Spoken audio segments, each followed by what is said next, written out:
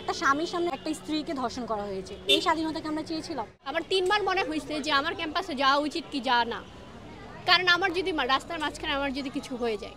এখানকার রাষ্ট্র কাঠামো আসলে এই অন্যায়ের নিয়ন্ত্রণ করতে এই ছিনতাই বলি, চুরি ডাকাতি বলি, যে খুন ধর্ষণ বলি, এগুলোর নিরাপত্তা দিতে তারা আসলে এখানে ব্যর্থ। আমি একটা জিনিস মনে করি যে এখানে আমাদের সাধারণ মেয়েরা তারা কিন্তু অনেকে তাদের মেন্টাল হেলথ কিন্তু এখানে সুস্থ না।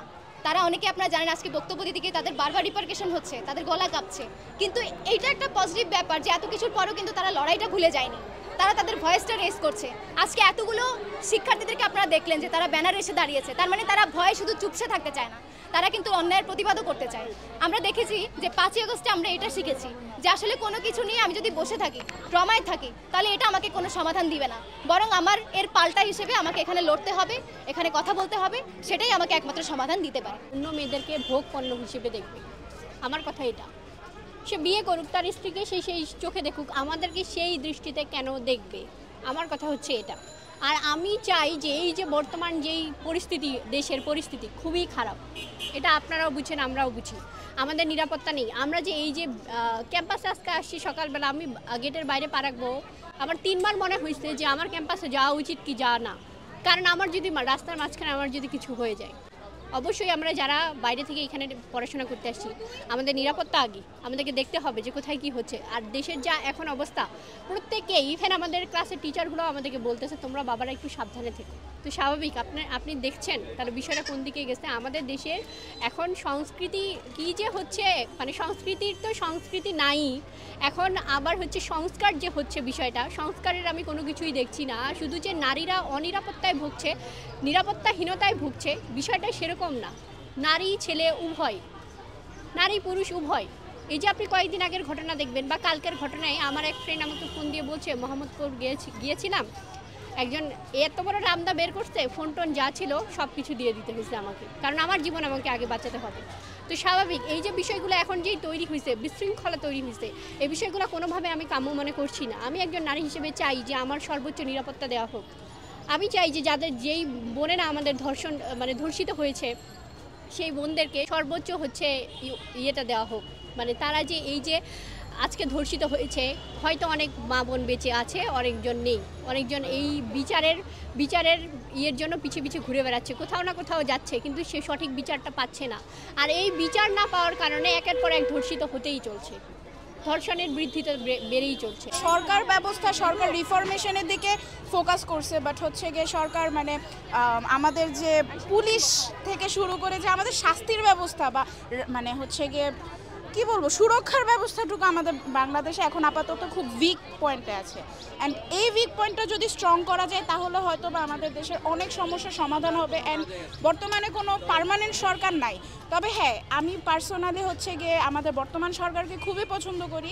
অ্যান্ড উনি হচ্ছে গিয়ে তার রিফরমেশনের যে মেইন যে কি বলে উদ্দেশ্যটা, উনি হয়তো ওই উদ্দেশ্যে আছেন, তবে শুধুমাত্র যদি ওই উদ্দেশ্যে মানুষ থাকেন, উনি থাকেন, তাহলে হচ্ছে আমাদের বাদ বাকি যেমন এখন ছিনতাইয়ের অবস্থা অনেক খারাপ।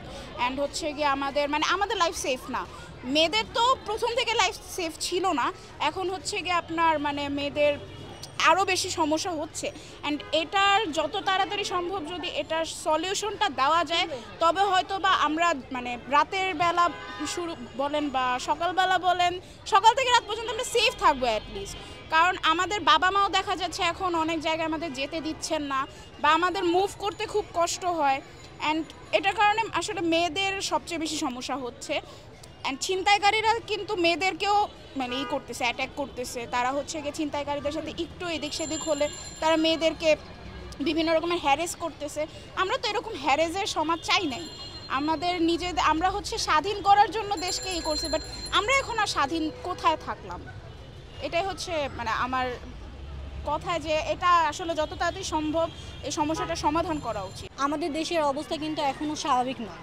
যেমন ধর্ষণের কথা যদি বলি, তারপর ছিনতাইয়ের কথা যদি বলি, ফার্স্টে ধর্ষণে আসি। পয়েন্ট 1, ধর্ষণে হচ্ছে আমরা মেয়েরা অবশ্যই বের হব, রাতে বের হই, দুপুরে বের হই, কোনো না কোনো তো আমাদের বের হতে হবে। আমাদের স্কুল আছে, কোচিং আছে, ভার্সিটি আছে, সব কিছু আছে।